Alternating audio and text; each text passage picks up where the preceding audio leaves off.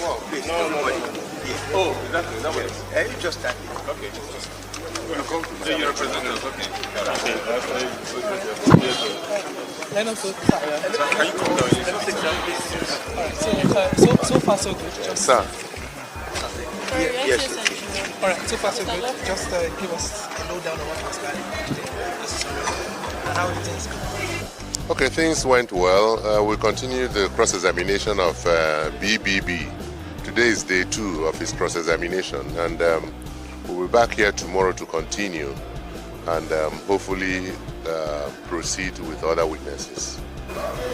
That's all. Thank you. Right. Now, let me tell you from what I gathered, right, happened in the courtroom today.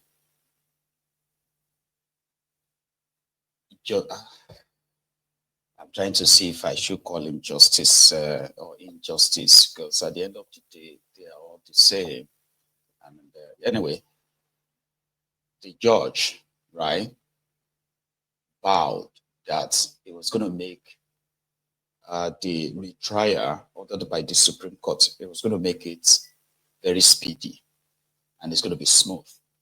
He's not going to entertain any form of intentional, deliberate sort of delays or distractions and all that. Because according to him, Mazi, Nnamdi Kanu has been treated badly.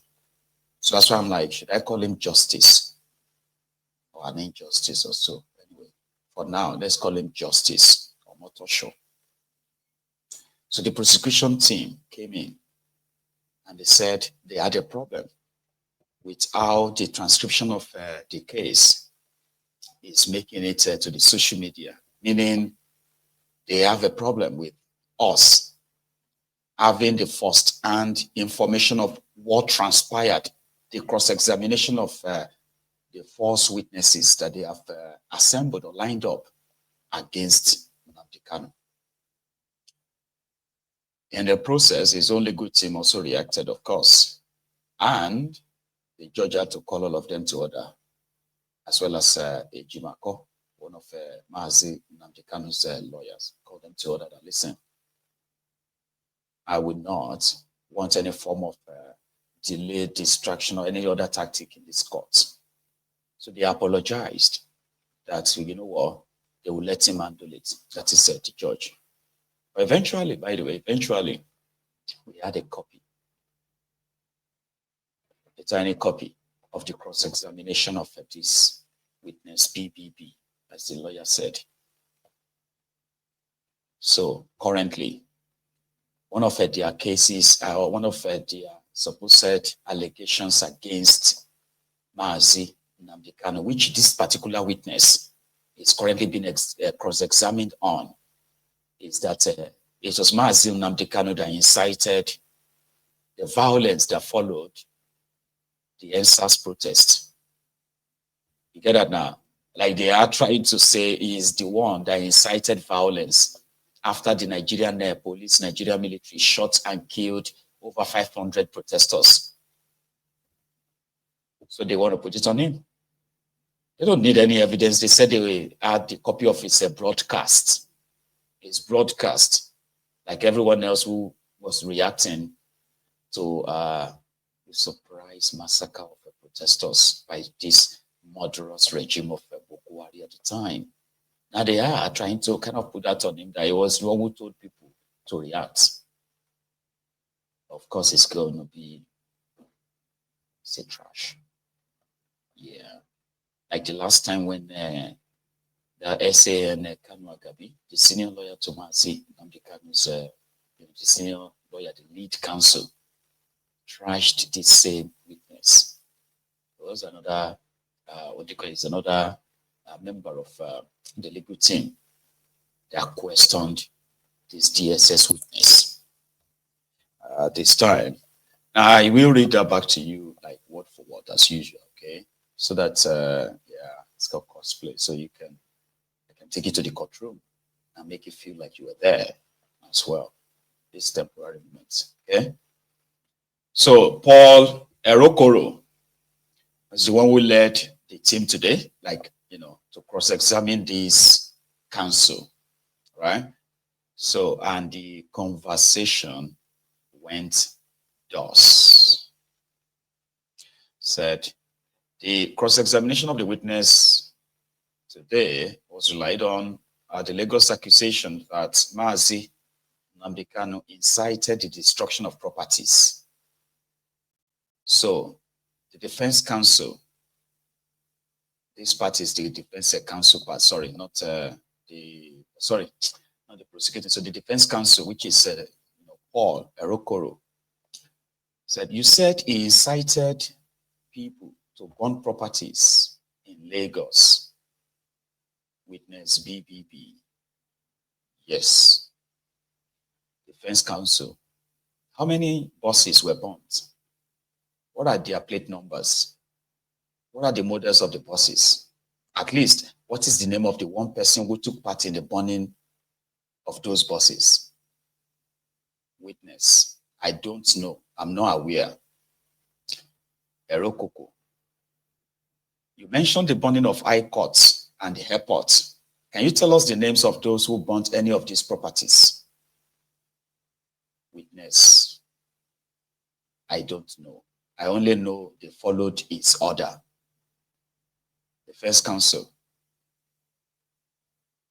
You said, are you aware that retired General T.Y. Danjuma at a point urged Nigerians to defend themselves? Witness. I am aware, but I can't remember his exact words. Defense. Are you aware of the DG of DSS, Adeola Ajayi? He also told Nigerians to defend themselves. Witness. I am not aware. Right. The DG made this remark in Azare community, where the community fought back and killed many Boko Haram terrorists. Is it not the same thing that the defendant was saying in the broadcast, that when someone wants to kill you, kill them? The witness, I'm not aware, but what I know is that Mazi Nnamdi Kanu's broadcast is not about self-defense. So that was his last response. So the defense counsel then said, like you heard or saw in that video, that they will continue tomorrow. So the part of today was all about the argument of what should be accepted, what should not be, what should be discontinued or what should not be discontinued. So tomorrow is another day. And that's the bit, right? From the sham trial of Mazi Nnamdi Kanu in Nigeria today. There's a community in Delta who have suffered so much. They have suffered so greatly in the hands of the Fulani terrorists that Delta State, where they are also oil producing states, among other problems facing them, right? This particular one has now prompted some of their DBS to hit the streets. They said that they caused the terrorists. I don't know how this works though, right? Maybe this is the defend yourself kind.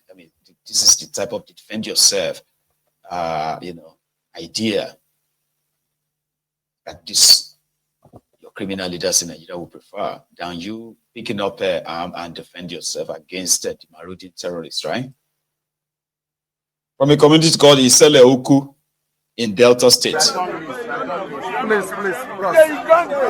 Shift your hand back so that we need space.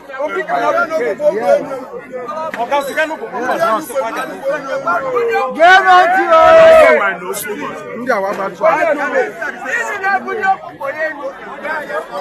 okay, from here, shift. Go now, shift back.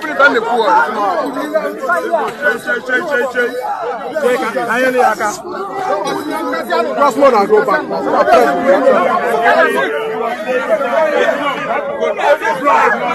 Go back so that media can cover it. Watch out so well. Yes. Okay. Go. Cross me. Cross.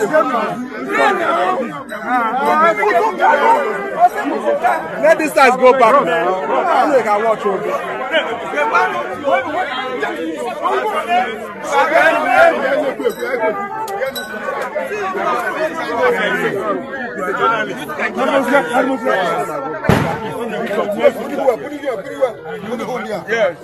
Only Hundia so that they can catch up.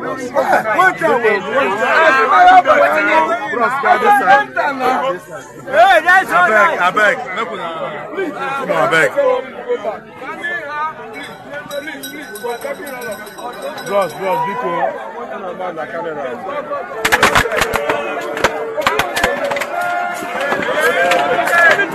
Hey.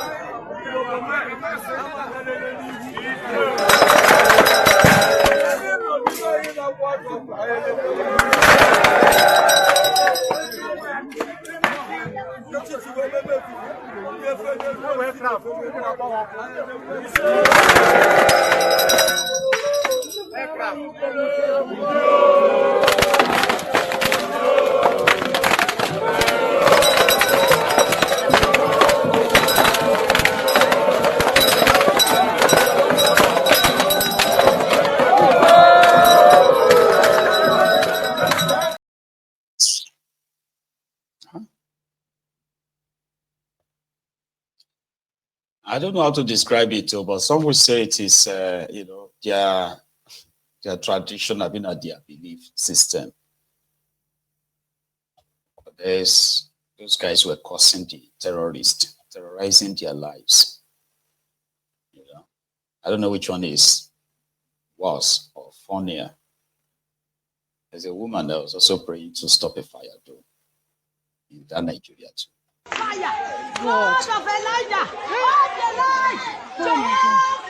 This one has gone beyond. It has gone beyond. Hello? Hello? Hello, I'm listening to you. Hello? I don't know if you know that salon place. There's one salon here. So it's just the next building after the salon.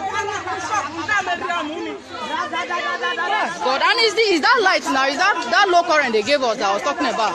That this is the kind of thing that used to burn things. It's the low current though. Now they have tried to. It has gone to one level now. They cannot quench anything. They're just trying to bring out some things they can bring. And the people in the house are not even around. Hi, God.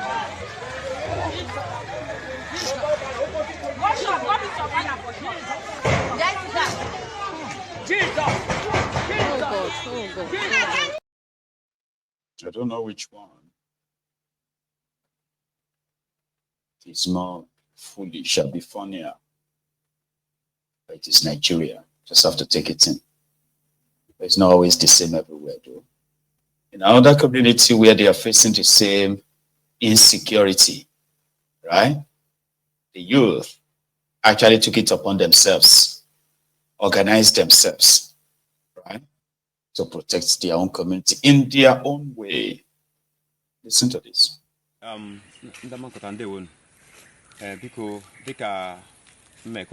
Last time that I when a lot of complaints.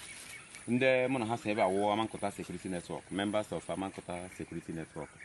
So I when a series of complaints from our mothers. Then I be on, then I go on a man here time of farming. Age I go on a farm. So I when a lot of complaints from most of them. The way in the full energy disturb her. no, and ihe ndị ha kụga no. In fact, even this morning while I was coming na side ụzọ afọbazi echi abịa ma nkọta enwenye ka ejiri m otu nnamachi la mụrụ n'ọkụ na farm na ya nọdị ya yesterday lekwe mgbe ya na-erutere na ebe farm ebe a lekwe nnama ndị Fulani ha erie the whole akpụ niile n'ebe a. And the worst part of it wo nnama banye dị ya na-eri ndị Fulani eguzoro ebe ahụ na-ele ha anya. They keep watching them while they destroy the crops. So that thing ekwe ha anyị odidi. And this morning, like I told the security members, say I gaga area all the thick forests and wherever farmland. Because last year when I chop on the other side. So I want technical information na ha biwa small. So anya galeba this morning. We didn't see them. So anya Pokula know that we are not going to give them that chance to continue to intimidate us in our own land. Such nonsense will not happen in our own time. So this morning we have gone round with the security members in virtually all the farmlands anyway. And those Fulani herdsmen were nowhere to be found, but we have spotted areas. And we want to use this opportunity to call on the state government to tell them that Amankota community is a no-go area for Fulani herdsmen, as far as we are concerned, because these people have really intimidated us in our own land, and such nonsense we're not going to take it lightly. So, Biko, we are using this opportunity to call on the state government to tell whoever that is involved, whoever that is in charge of these Fulani herdsmen, that we don't need further destruction of our farmlands again. We don't need it. And today, we want to let them know that today we have formed what is called Forest Guard. And you have formed about Forest Guard today in Amankota. And we're going to extend SEM in Mbiri. As I meet with all the youth present by next week, we are also going to take the same decision to making sure that all the towns, all the communities in Nnamdi, they were covered. We don't want further destruction of our farmlands.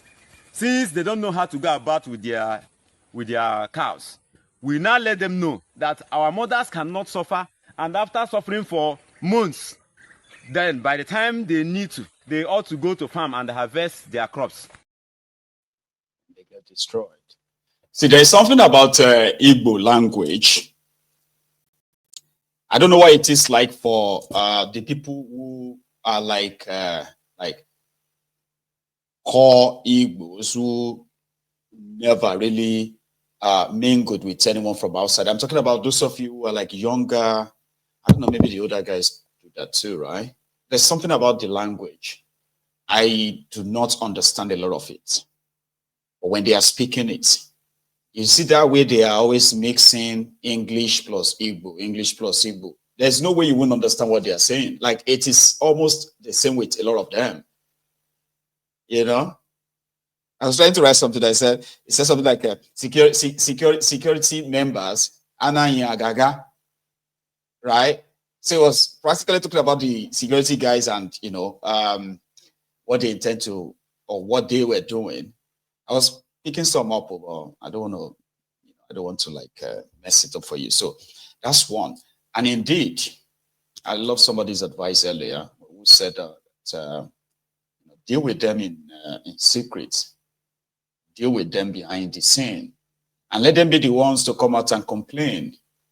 And that's a very wonderful idea and advice too.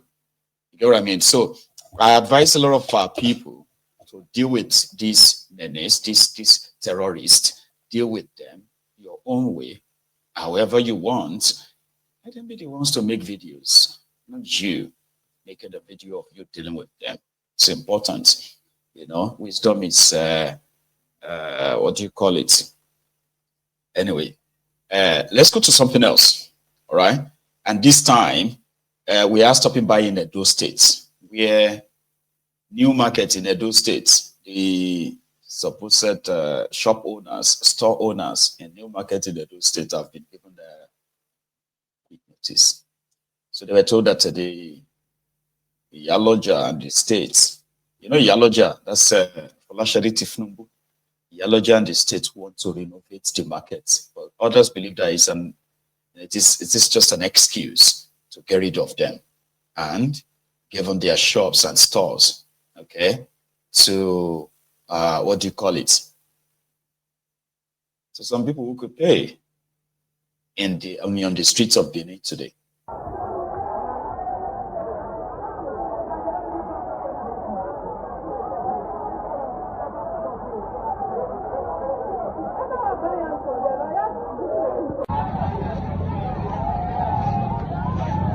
Me sef no go gree, oh, I no go gree. May they block road, oh, I no go gree.